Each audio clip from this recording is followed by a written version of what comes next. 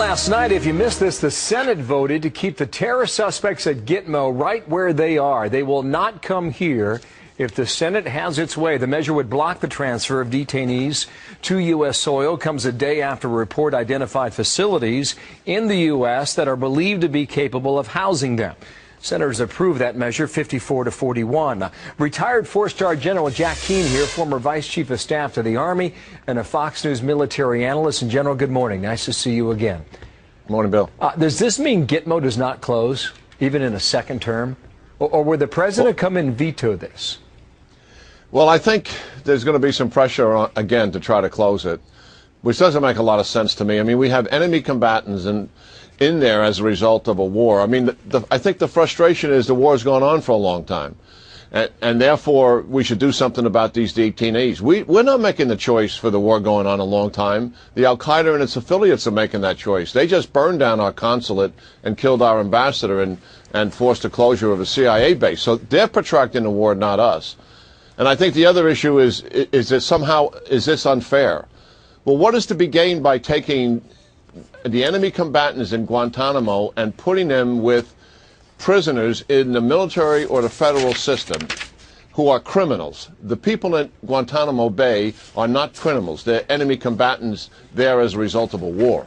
Well, Senator Feinstein argues that you have 180 terrorists now being housed in maximum security prisons here in the U.S.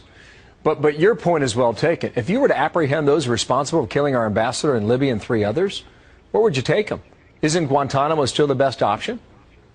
It absolutely is. It provides us the isolation. Listen, all the review bodies that have looked at Guantanamo for years have believed this is a highly regarded, well-run facility that protects the individual rights of the people there. Actually, the truth be known, anybody that's been there, our detainees are treated far better there than anybody in our federal or military prison systems in the United States. Well, you have a Democratic-controlled Senate that voted with Kelly Ayotte, the Republican from New Hampshire.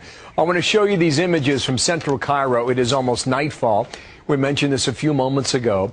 And when you look at the thousands who have gathered now in Tahrir Square, General, and you think about the stories that have been written throughout the week about what the new president, Mohammed Morsi, has done, a member of the Islamic Brotherhood, is Egypt the next Iran that the United States now has to fear?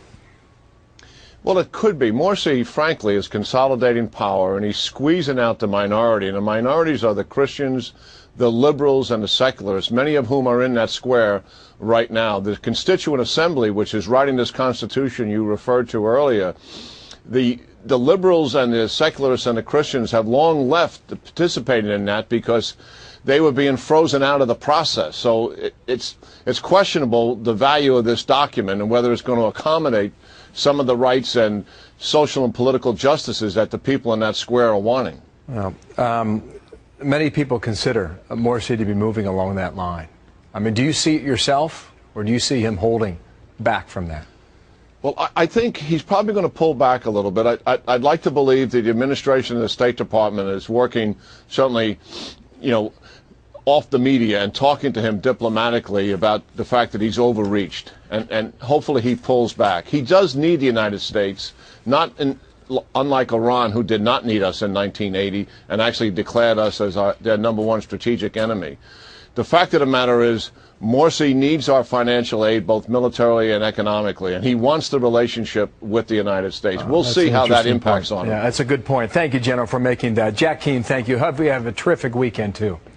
You too, Bill. All right, thank you. 19 past.